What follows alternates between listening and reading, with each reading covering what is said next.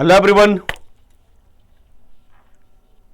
Good morning, नमस्कार, जय हिंद, राधे राधे। स्वागत है दोस्तों आपका वाईफाई स्टडी लाइव चैनल पे। और फिर हम लोग जुड़े हैं सुबह के 10:30 बजे दोस्तों। साइंस प्रीमियर लीग T20 आज लेक्चर नंबर है 16। तो दोस्तों आइए देखते हैं, समझते हैं कि कैसा क्वेश्चन आज हम लोग देखने वाले हैं, है ना। दोस्तों ये नंबर को याद रखिएगा, ये नंबर आपके लिए है एसएससी एमटीएस से संबंधित सवालों के लिए। इस नंबर पे आप व्हाट्सएप कर सकते हैं दोस्तों।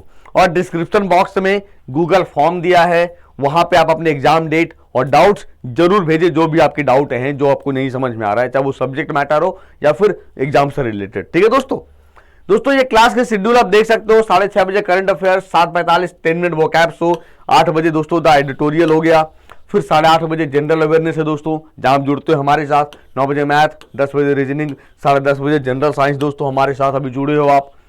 फिर दोस्तों ईपीएफओ की क्लास चल रही है सुबह 10 बजे से, इंग्लिश, 11 रीजनिंग, 12 मैथ्स। इसके बाद दोस्तों एबीपीएस की क्लास आ गई, 3 बजे इंग्लिश, 4 बजे रीजनिंग, 5 बजे मैथ्स।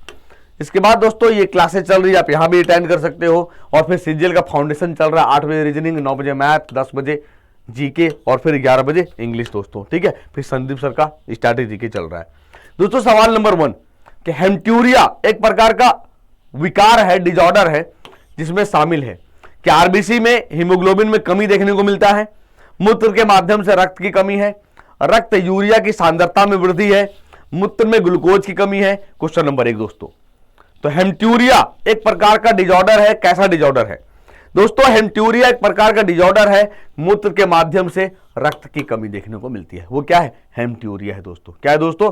हेमट्यूरिया है, याद रखिएगा बिल्कुल। ठीक है, आ जाओ नेक्स्ट। हेमट्यूरिया एक प्रकार का डिजॉर्डर है जिसमें मूत्र के माध्यम से रक्त की हानि होती है। हेमट्यूरिया यूरिन में ब्लड आना शुरू होता है। ठीक है, याद रखिएगा दोस्तों, हेमट्यूरिया है ना। नेक्स्ट दोस्तों, पानी में निम्नलिखित में से किस लवण की उपस्थिति में ब्लू बेबी सिंड्रोम का कारण बनती है? Sulphates, chlorides, carbonates, nitrates. Question number 2, presence of which among the following salts in water causes blue baby syndrome? क्या होगा दोस्तों? ब्लू बेबी सिंड्रोम क्यों देखने को मिलता है? तो दोस्तों ब्लू बेबी सिंड्रोम की बात करें तो ये आपको नाइट्रेट्स देखने को मिलता है। क्यों बच्चे? नाइट्रेट्स की अधिकता के कारण ब्लू बेबी सिंड्रोम होता है दोस्तों। ठीक है, भूजल में जो ग्राउंड वाटर है ना, उसमें नाइट्रेट अधिक मात्रा में तो दूषित होता है और ब्लू बेबी सिंड्रोम देखने को मिलता है। मानव शरीर का कौन सा हिस्सा ग्लाइकोजन को स्टोर करता है? बताओ, ये हमें लगता है क्वेश्चन 3-4 बार कराया मैंने। सोचो कि which part of the human body stores glycogen? Liver, intestine, pancreas, skin. Question number 3 दोस्तों, मानव शरीर की बात करें तो कौन सा हिस्सा ग्लाइकोजन को स्टोर करता है? Liver, intestine, pancreas, skin. क्या होगा? तो दोस्तों मानव शरीर का कौन सा हिस्सा बच्चे ग्लाइकोजन स्टोर करेगा? तो सर ये लीवर है। क्या बच्चों? लीवर है जो स्टोर करता है। कौन है दोस्तों? लीवर है, जो सबसे बड़ा हमारा ग्लैंड है। और पैनक्रियाज दोस्तों ये दूसरे नंबर पे है, सेकेंड लार्जेस्ट, जिसे मिक्स्ड ग्लैंड बोलते हैं, क्योंकि ये इंडोक्राइन और एक्सोक्राइन के रूप में काम करता है ना, जो हार्मोन और एंजाइम भी स्रावित होता है। ठीक है, याद रखिएगा दोस्तों। नेक्स्ट, तो यकृत में, लीवर में साधारण शर्करा मोनोसैकेराइड जो अधिक मात्रा में होती है, ग्लाइकोजन जैसे जटिल पॉलीसैकेराइड में परिवर्तित हो जाती है दोस्तों। याद रखिएगा। आगे देखिए, निम्नलिखित में से कौन सा रक्त प्रोटीन प्लाज्मा में पानी की मात्रा को नियंत्रित करता है? Which among the following blood protein regulates the amount of water in plasma? Globulin, albumin, fibrin, fibulin. Question number 4, which among the following blood protein regulates the amount of water plasma? दोस्तों तो आप देखोगे कौन सा रक्त protein दोस्तों plasma में पानी की मात्रा को नियंत्रित करता है? एल्बुमिन दोस्तों, ऑप्शन नंबर बी। एल्बुमिन यानी option number B is correct. ठीक है, नेक्स्ट, एक मिनट रुकना बच्चे। ओहो, है ना, एल्बुमिन है यार, ये कहां लग गया गड़बड़? बेटा ये गड़बड़ है ना, गड़बड़ है यार भाई, तो देख रहा मैं। ठीक है, क्या है दोस्तों? एल्बुमिन है, याद रखिएगा दोस्तों। एल्बुमिन एक ऊर्जा भंडारण प्रोटीन है और ये प्लाज्मा में पानी की मात्रा को नियंत्रित करता है बच्चों। एल्बुमिन एक प्रकार का प्रोटीन होता है। एल्बुमिन क्या है दोस्तों? एक प्रकार का प्रोटीन है जो लीवर द्वारा बनाया जाता है और पूरे शरीर में जितने भी विभिन्न पदार्थ हैं उसको वहन करता है, चाहे वो हार्मोन हो, चाहे विटामिन हो, चाहे वो एंजाइम हो। ठीक है, एल्बुमिन याद रखिएगा। और ग्लोबुलिन क्या है? तो ग्लोबुलिन दोस्तों लीवर के कार्य, रक्त के थक्के जमने और संक्रमण से लड़ने में महत्वपूर्ण भूमिका निभाता है। तो इसकी भी महत्वपूर्ण भूमिका है। ठीक है, याद रखिएगा। नेक्स्ट, भ्रूण के लिंग का निर्धारण करने के लिए एक परीक्षण किया जाता है दोस्तों। उस परीक्षण का नाम क्या है? Amniocentesis, amylogenesis, amnionic fluidic. Question number 5 बताइए क्या होगा? भ्रूण के लिंग का निर्धारण करने के लिए एक परीक्षण किया जाता है। वो परीक्षण क्या है दोस्तों? तो भ्रूण के लिंग का निर्धारण करने के लिए दोस्तों एक परीक्षण किया जाता है। वो परीक्षण है एम्नियोसेंटेसिस। एम्नियोसेंटेसिस ऑप्शन नंबर है, एम्नियोसेंटेसिस दोस्तों। ठीक है, तो ये आप देख सकते हो कि भ्रूण का निर्धारण करने के लिए अल्ट्रासाउंड होता है दोस्तों, आपको पता ही है, मैं बता चुका हूं पहले ही। ये यूटेरस है, देख रहे हो, ये यूटेरस है जो भी बिल्कुल फोइटिस के रूप में है ना, भ्रूण के रूप में है। एमनियोटिक फ्लड देख रहे हो, जांच की जाती है तो सीरिन के जरिए, है ना। तो भ्रूण के लिंग का निर्धारण करने के लिए एम्नियोसेंटेसिस, देख रहे हो, एम्नियोसेंटेसिस नामक एक परीक्षण का उपयोग किया जाता है, याद रखिएगा। एम्नियोसेंटेसिस एक ऐसी प्रक्रिया है दोस्तों जिसमें परीक्षण या उपचार के लिए एम्नियोटिक लिक्विड को गर्भाशय से निकाल दिया जाता है। ये देखो निकल रहा है ना। और एम्नियोटिक द्रव वह तरल पदार्थ है जो गर्भावस्था के दौरान बच्चे को घेरे रखता है, इसकी रक्षा करता है। और इस द्रव में भ्रूण कोशिकाएं और विभिन्न प्रोटीन होती हैं, याद रखिएगा बिल्कुल। ठीक है, आ जाओ नेक्स्ट। पाचन निम्नलिखित में से किसका एक कार्य नहीं है दोस्तों? Digestion is not a function of which of the following? Biotin, pepsin, rennin, none of the above. Question number 6, digestion is not a function of which of the following? Digestion किसका काम नहीं दोस्तों? तो बायोटिन का काम नहीं है ना। ये बायोटिन ये क्या है? विटामिन है, विटामिन 7। जबकि पेप्सिन प्रोटीन को पचाएगा, रेनिन मिल्क को पचाएगा दोस्तों, है ना, याद रखिएगा। तो दोस्तों बायोटिन को विटामिन H भी कहते हैं, विटामिन 7 भी कहते हैं, B7, है ना, एक जल में घुलनशील विटामिन है ये। करनाल बंट एक ऐसी बीमारी है जो निम्नलिखित अनाज में पाई जाती है? Rice, wheat, maize, pulses. Question number 7, Karnal bunt is a disease found in which of the following cereals? Karnal bunt एक ऐसी बीमारी है जो निम्नलिखित अनाज में पाई जाती है। तो चावल में, गेहूं में, मक्का में, दालें में दोस्तों कहां होगा?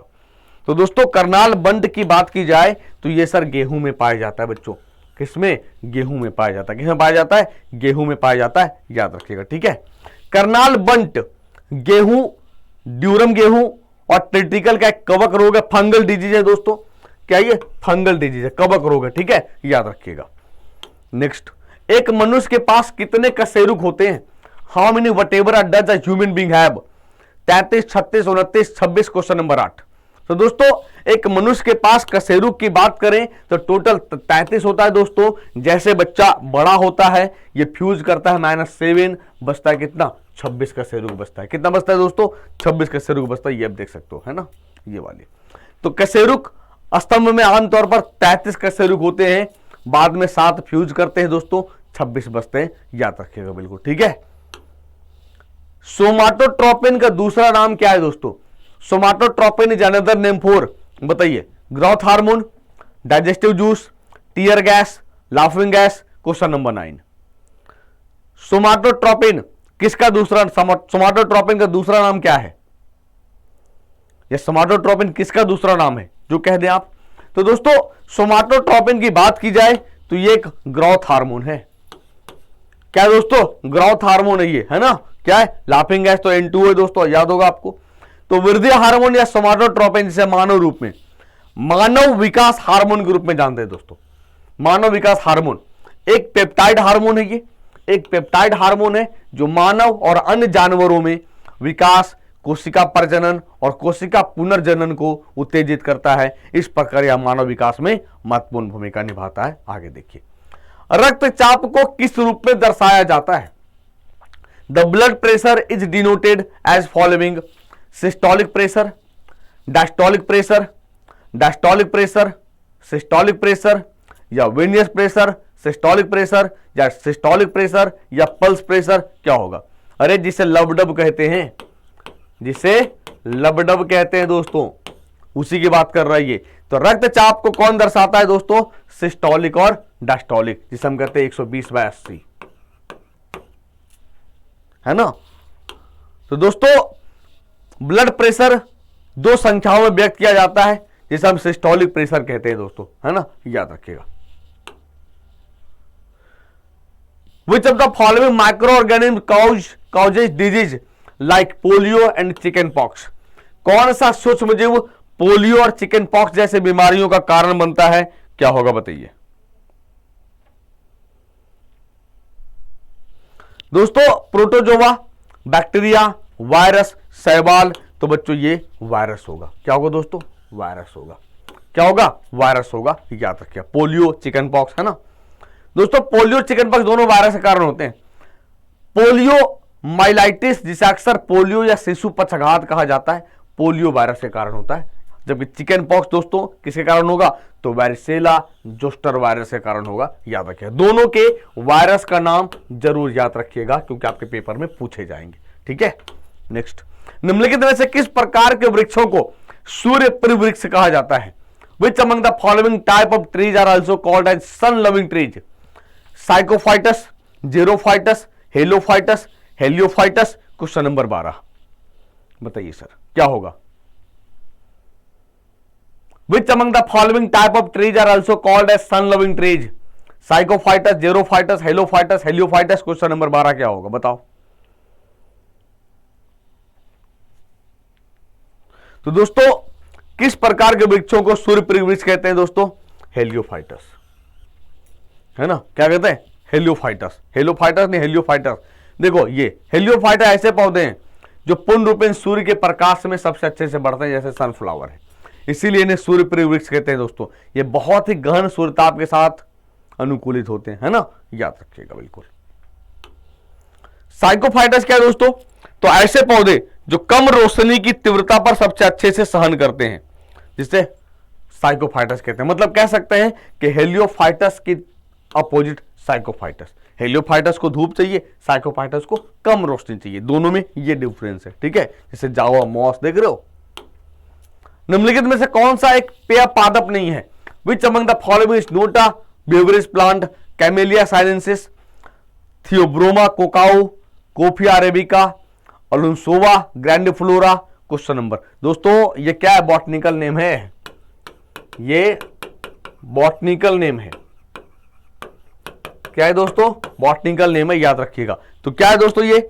सर अल्सोवा ग्रैंडिफ्लोरा एक पेय पदार्थ नहीं है, बाकी बस सब पेय पादप है।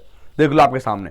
कैमेलिया साइनेंसिस चाय का पौधा, थियोब्रोमा कोका, कोको ये कोको वृक्ष है, कहवा जिसे कहते हैं, और कॉफी अरेबिका कॉफी है, और अलोंसोवा ग्रैंडिफ्लोरा एक सजावटी पौधा है। ये आप देख सकते हो, आप अपने घर में भी लगा सकते हो, है ना। नेक्स्ट, निम्नलिखित में से किस कीट में लूसीफेरिन नामक वर्णक पाया जाता है दोस्तों? In which of the following insects a pigment called luciferin is found? House fly, fire fly, sand fly या फ्रूट फ्लाई। क्वेश्चन नंबर 14 बताइए। तो मैं आपको बता दूं दोस्तों, किस कीट में लूसीफेरिन नामक वर्णक पाया जाता है बच्चों?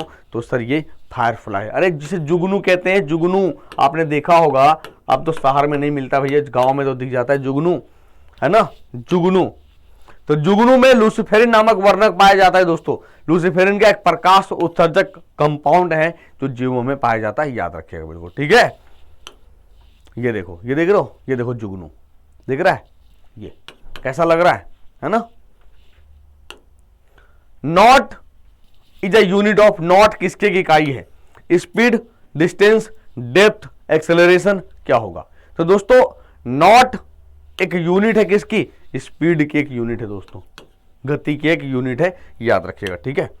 तो नॉट हम समुद्री मील में मापते हैं दोस्तों, प्रति घंटे के बराबर, और एक नॉट बराबर 8.852 किलोमीटर पर घंटा है, याद रखिए। इसका उपयोग हम कहाँ करते हैं? तो मौसम विज्ञान में, समुद्री और हवाई नेविगेशन के क्षेत्र में किया जाता है, याद रखिएगा। दोस्तों ये था आज का सेशन। छोटा सेशन इसलिए रख रहे हैं क्योंकि एग्जाम एनालिसिस चल रहा है ना, जैसे एग्जाम एनालिसिस खत्म होगा फिर अपने पुराने फॉर्म में आ जाएंगे, है ना। ये क्लास इसलिए दिया जा रहा है ताकि आपको मिस ना हो, आपकी क्लास मिस ना हो, आपको लगे नहीं कि सर आप एग्जाम एनालिसिस पे दे रहे हो और आरपीएफ वाले बच्चे जो तैयारी कर रहे हैं शुरू से वो कहाँ जाएंगे, है ना। दोस्तों ये नंबर सेव रखिएगा। अभी एसएससी एमटीएस चल रहा है, आने वाले जिस भी एग्जाम में तैयारी करेंगे उसके बारे में आपसे इन्फॉर्मेशन मांगी जाएगी। इन्फॉर्मेशन इन द सेंस कि आपको कोई इशू है, कोई क्वेश्चन जो आप एग्जाम में जाओगे देने के लिए ताकि और बच्चों को फायदा हो, या कोई क्वेरी हो एग्जाम से रिलेटेड, जैसे एडमिट कार्ड बच्चों को नहीं निकल रहा है या बहुत सारी समस्याएं हैं नेगेटिव मार्किंग को लेकर, तो आप गूगल फॉर्म दिया है, आप अपने एग्जाम डेट और डाउट जरूर करें जो अभी फिलहाल एसएससी एमटीएस में है ना। तो आप इसका स्क्रीनशॉट ले लीजिए दोस्तों ताकि आपका नंबर सेव रहे आपके पास। मिलते हैं फिर दोस्तों, है ना। और आज से मेरी क्लास 4:30 बजे चलेगी, याद रखिएगा, ठीक है। थैंक यू, शुक्रिया।